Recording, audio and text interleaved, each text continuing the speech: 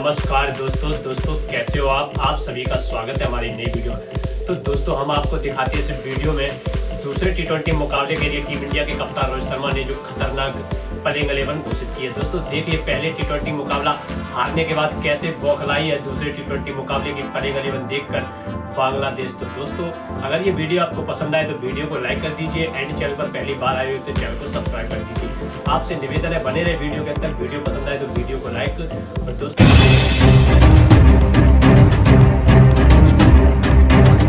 नमस्कार दोस्तों अगर आपको भारत और बांग्लादेश के बीच खेले गए दूसरे टी20 मुकाबला पसंद आया हो तो इस वीडियो को एक लाइक जरूर कर देना। दोस्तों आपको दिखाते हैं कैसे टीम इंडिया ने दूसरे टी20 मुकाबले में बांग्लादेश के उड़ा दिए परगच्छे। देखिए दोस्तों पहले बल्लेबाजी के बाद गेंदबाजी में उड़ाई बांग्लादेश की परखच्चे। दोस्तों टीम इंडिया और बांग्लादेश के बीच ये मुकाबला सीरीज का दूसरा टी20 मुकाबला था जो दिल्ली के अरुण जेटली मैदान पर होना था, जहां पर दोस्तों टीम इंडिया के बल्लेबाज बेसब्री से बल्लेबाजी करने के लिए इंतजार कर रहे थे। दोस्तों दोनों ही टीमें इस मुकाबले में आमने सामने होती हैं और ग्राउंड पर मौजूद होती हैं। दोस्तों दोनों टीमों के बीच एक शानदार लय नजर आ रही थी और इस मुकाबले में टीम इंडिया के कप्तान सूर्य कुमार यादव और बांग्लादेश के कप्तान लिटन दास टॉस के लिए जाते हैं। तो बांग्लादेश के कप्तान टॉस जीतकर टीम इंडिया को पहले बल्लेबाजी करने के लिए करते हैं और खुद बॉलिंग करने का फैसला करते हैं। दोस्तों टीम इंडिया की तरफ से दो खूंखार बल्लेबाज संजू सैमसन और अभिषेक शर्मा बड़े टारगेट के इरादे से मैदान पर उतरते हैं। तो दोस्तों टीम इंडिया के लिए संजू सैमसन जैसे ही मैदान पर आते हैं अपने इरादे जाहिर करने का कुछ इजाफा करते हैं और उनका साथ अभिषेक शर्मा देने आते हैं। दोस्तों टीम इंडिया के लिए मेहंदी हसन मिराज के पहले ओवर में संजू सैमसन दो बैक टू बैक चौके जड़कर भारत के स्कोरबोर्ड को आगे बढ़ाने लगते हैं। दोस्तों ऑफ साइड पर संजू सैमसन के बल्ले से दो करारे शॉट निकलते हैं जो 4 रन के लिए जाते हैं और भारत को 2 शानदार चौके मिल जाते हैं। दोस्तों इस मुकाबले में भारतीय बल्लेबाजी कुछ अलग लय में नजर आ रही थी, मगर दोस्तों वहीं ओवर की आखिरी गेंद पर अभिषेक शर्मा के बैट से एक और शानदार चौका और भारत पहले ओवर में 15 रन बटोर देता है। दोस्तों दूसरे ओवर की आखिरी गेंद पर संजू सैमसन के रूप में भारत को पहला झटका लग जाता है। दोस्तों संजू सैमसन इस मुकाबले में 7 गेंदों पर 10 रन की पारी खेलकर पवेलियन लौटते जाते हैं जो दोस्तों तस्कीन अहमद का शिकार बन जाते हैं। उसके बाद दोस्तों सूर्य कुमार यादव स्वयं बल्लेबाजी करने आते हैं और भारत के स्कोरबोर्ड को संभालने की कोशिश करते हैं। उसी के बीच तीसरे ओवर की अंतिम गेंद पर भारत को एक और झटका लग जाता है अभिषेक शर्मा के रूप में जो दोस्तों सीधे क्लीन बोल्ड हो जाते हैं। दोस्तों बैट का बाहरी किनारा अंदरूनी किनारा लेकर सीधे स्टंप पर जाकर टकराती है गेंद और भारत को अभिषेक शर्मा के रूप में एक और झटका लग जाता है जो 11 गेंदों पर 15 रन की पारी खेलकर पवेलियन लौट जाते हैं। दोस्तों उसके बाद जब बल्लेबाजी के लिए नीतीश कुमार रेड्डी आते हैं तो ऐसा ये नीतीश कुमार रेड्डी नाम सुनकर फिलावर समझेगा ऐसी कहावत होती है, मगर दोस्तों ये तो फायर निकले और बांग्लादेशी बल्लेबाजों पर प्रहार करना स्टार्ट कर दिया। दोस्तों सूर्य कुमार यादव के साथ मिलकर दोनों ही बल्लेबाज जब भारतीय पारी को आगे बढ़ाने लगे, एक समय था जब नीतीश कुमार का साथ छोड़ चुके थे टीम इंडिया के कप्तान सूर्य कुमार यादव। दोस्तों सूर्य कुमार यादव पावर प्ले के आखिरी ओवर में 8 रन बनाकर पवेलियन लौट जाते हैं और भारत पावर प्ले में अपने 3 महत्वपूर्ण विकेट खो देता है। दोस्तों बांग्लादेश गेंदबाज इस समय गेंदबाजी कसते जा रहे थे और भारतीय बल्लेबाज कुछ ध्वस्त होते जा रहे थे। दोस्तों उनके बाद जब आते हैं टीम इंडिया के लिए को भरते हुए सितारे रिंकू सिंह। दोस्तों रिंकू सिंह और नीतीश कुमार रेड्डी भारतीय पारी को धीरे धीरे आगे बढ़ाने लगते हैं। दोस्तों दोनों ही बल्लेबाज काफ़ी शानदार बल्लेबाजी करते हैं और अब भारत स्कोरबोर्ड को धीरे धीरे आगे बढ़ाने लगते हैं। दोस्तों देखते दोनों बल्लेबाज अपना आक्रमण रवैया अंदाज अपना लेते हैं और बांग्लादेशी गेंदबाजों पर पलटवार कर देते हैं। दोस्तों रिंकू सिंह के बल्ले से एक शानदार छक्का देखने को मिलता है। तो दोस्तों उसी समय 11 गेंदों पर 12 रन पर नाबाद होते हैं। नीतीश कुमार रेड्डी अपने पूरे चौथा गियर एकदम बदल देते हैं और बांग्लादेशी गेंदबाजों पर पलटवार कर देते हैं। दोस्तों नीतीश कुमार रेड्डी एक शानदार छक्का जड़ते हैं और भारत के स्कोरबोर्ड को धीरे धीरे आगे बढ़ाने लगते हैं। महमदुल्ला पर यह शानदार छक्का और भारत के लिए 6 रनों का और इजाफा। अब दोस्तों एक और शानदार चौका और नीतीश कुमार रेड्डी का एकदम आक्रमण रवैया। दोस्तों जिस तरीके से अब नीतीश कुमार रेड्डी और रिंकू सिंह बल्लेबाजी कर रहे थे उसको देखकर बांग्लादेश के गेंदबाज थर थर काँप रहे थे। दोस्तों दोनों बल्लेबाज भूखे शेरों की तरह बांग्लादेशी गेंदबाजों पर टूट चुके थे। दोस्तों बात करें नीतीश कुमार रेड्डी की जो अपना महज दूसरा मुकाबला खेल रहे थे, उन्होंने इस तरीके से बांग्लादेशी गेंदबाजों की कुटाई की कि वो जहां गेंद डालते थे दोनों ही बल्लेबाज शानदार तरीके से बाउंड्री लाइन के बाहर भेज देते। दोनों ही बल्लेबाजों के बीच धीरे धीरे 50 रन की साझेदारी हो जाती है और भारत स्कोरबोर्ड 100 के पार पहुंच जाता है। और जब दोस्तों टीम इंडिया के लिए शानदार बल्लेबाजी की बात आती है तो दोस्तों दोनों के बीच 27 गेंदों पर 50 रन की पारी खेल देते हैं नीतीश कुमार रेड्डी, जो दोस्तों एक तूफानी और बेहतरीन पारी थी। दोस्तों उसके बाद जो दोनों बल्लेबाज मिलकर भारत के स्कोरबोर्ड को आगे बढ़ाते हैं और भारत का स्कोरबोर्ड जब पहुंचता है 149 के स्कोर तक। तो दोस्तों 149 के स्कोर तक जाते जाते भारत को एक और बड़ा झटका लग जाता है नीतीश कुमार रेड्डी के रूप में। दोस्तों नीतीश कुमार रेड्डी इस मुकाबले में भारत के लिए वो इच्छा पकड़ के गए थे जो दोस्तों दुनिया का हर बल्लेबाज करना चाहता है। दोस्तों टीम इंडिया को एक ऐसे स्कोर तक पहुंचा चुके थे नीतीश कुमार रेड्डी जो मात्र 34 गेंदों पर 74 रन की तूफानी पारी खेलकर, जिसमें 7 शानदार छक्के शामिल थे।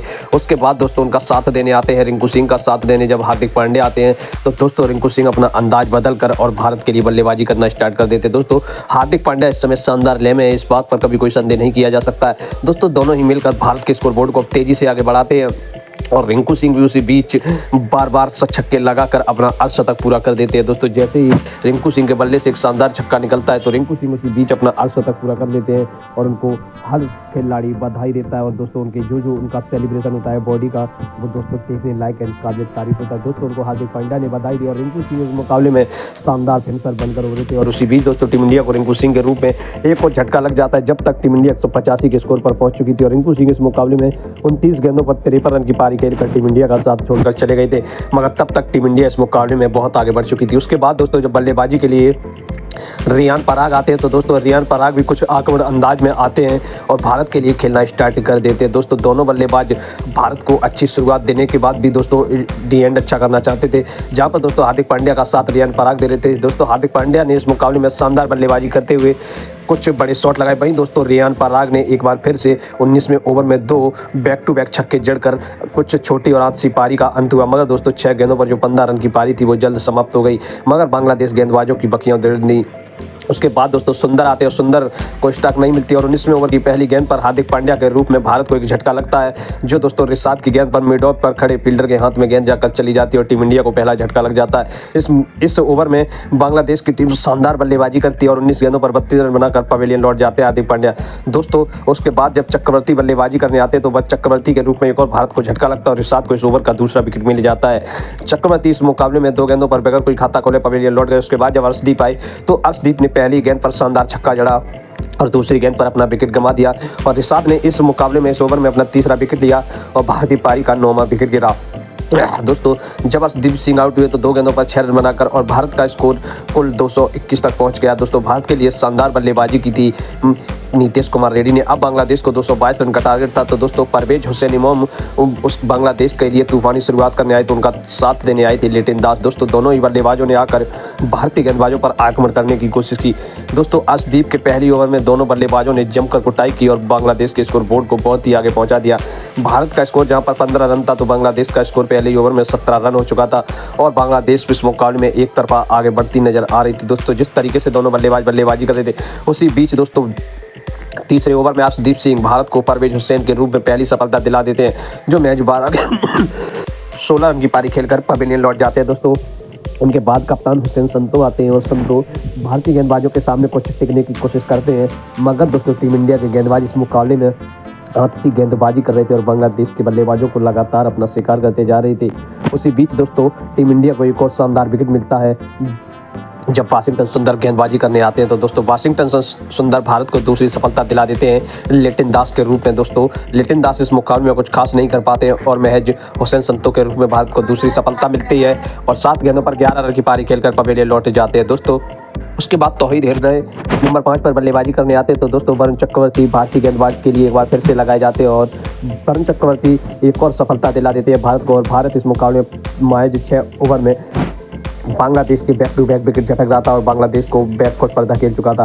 दोस्तों बांग्लादेश की टीम इस मुकाबले में लिटिन दास के रूप में अपना तीसरा विकेट खोती है जो 11 गेंदों पर 14 रन की पारी खेलकर जाते हैं। उसके बाद मेहंदी हसन मिराज बल्लेबाजी के लिए आते हैं तो दोस्तों मेहंदी हसन मिराज को सूझबूझ से बल्लेबाजी करते हैं और भारतीय गेंदबाजी पर पलटवार करने की कोशिश करते हैं, मगर भारतीय गेंदबाजों के सामने एक नहीं चलती है और अभिषेक शर्मा गेंदबाजी करने आते हैं और सीधा क्लीन बोल्ड मारकर भारत को चौथी सफलता दिला देते हैं। दोस्तों इस चौथी सफलता की बात करें तो तौहीद हृदय के रूप में भारत को चौथी सफलता मिलती है जो 6 गेंदों पर 2 रन की पारी खेलकर पवेलियन लौट जाते हैं। दोस्तों अब स्ट्राइक पर मोहम्मद मिराज हसन थे और महमदुल्ला थे। दोस्तों महमदुल्ला इस टीम के सबसे उम्रदराज और हौसलेमंद खिलाड़ी हैं। तो दोस्तों महमुदुल्लाह भारतीय गेंदबाजों पर पलटवार करने की कोशिश कर देते और धीरे धीरे बांग्लादेश की पारी को आगे बढ़ाने लगते। उसी बीच दोस्तों टीम इंडिया के लिए शानदार एक और सफलता मिलती है मेहंदी हसन मिराज के रूप में। दोस्तों टीम इंडिया को इस मुकाबले में रियान पराग जब गेंदबाजी करने आते हैं 10वां ओवर, तो भारत को एक शानदार सफलता मिल जाती है और भारत इस मुकाबले में बांग्लादेश को 5 बल्लेबाजों को अपना शिकार कर चुका था। दोस्तों महमुदुल्लाह अभी भी क्रीज पर मौजूद थे जो बांग्लादेश के लिए शानदार बल्लेबाजी कर रहे थे। दोस्तों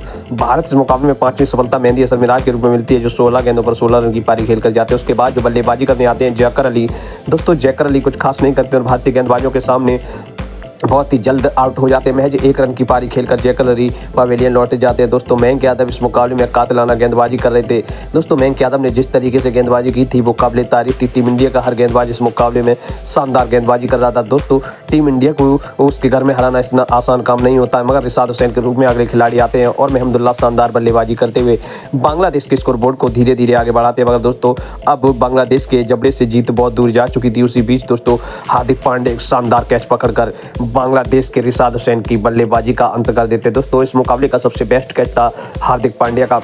बांग्लादेश की टीम अपने 7 बल्लेबाजों को पवेलियन खो चुकी थी मैच 95 रन के स्कोर पर और महमुदुल्लाह भी बल्लेबाजी कर रहे थे। दोस्तों उसी बीच महमुदुल्लाह कुछ बड़े शॉट खेलने की कोशिश करते हैं जो भारतीय गेंदबाज मयंक यादव के एक ओवर में छक्का देखने को मिलता है। तो वहीं दोस्तों वरुण चक्रवर्ती पर एक और शानदार छक्का देखने को मिलता है महमुदुल्लाह के बल्ले से। दोस्तों मगर जब तक महमुदुल्लाह आउट होते तब तक बांग्लादेश की टीम इस मुकाबले में बुरी तरीके से बिछड़ चुकी थी और बांग्लादेश की हार तय हो चुकी थी। दोस्तों महमुदुल्लाह इस मुकाबले में किसी भी हाल में बांग्लादेश की टीम को जीत नहीं दिला सके और तंजीम हसन के साकिब के रूप में भारत को एक और सफलता मिल जाती है।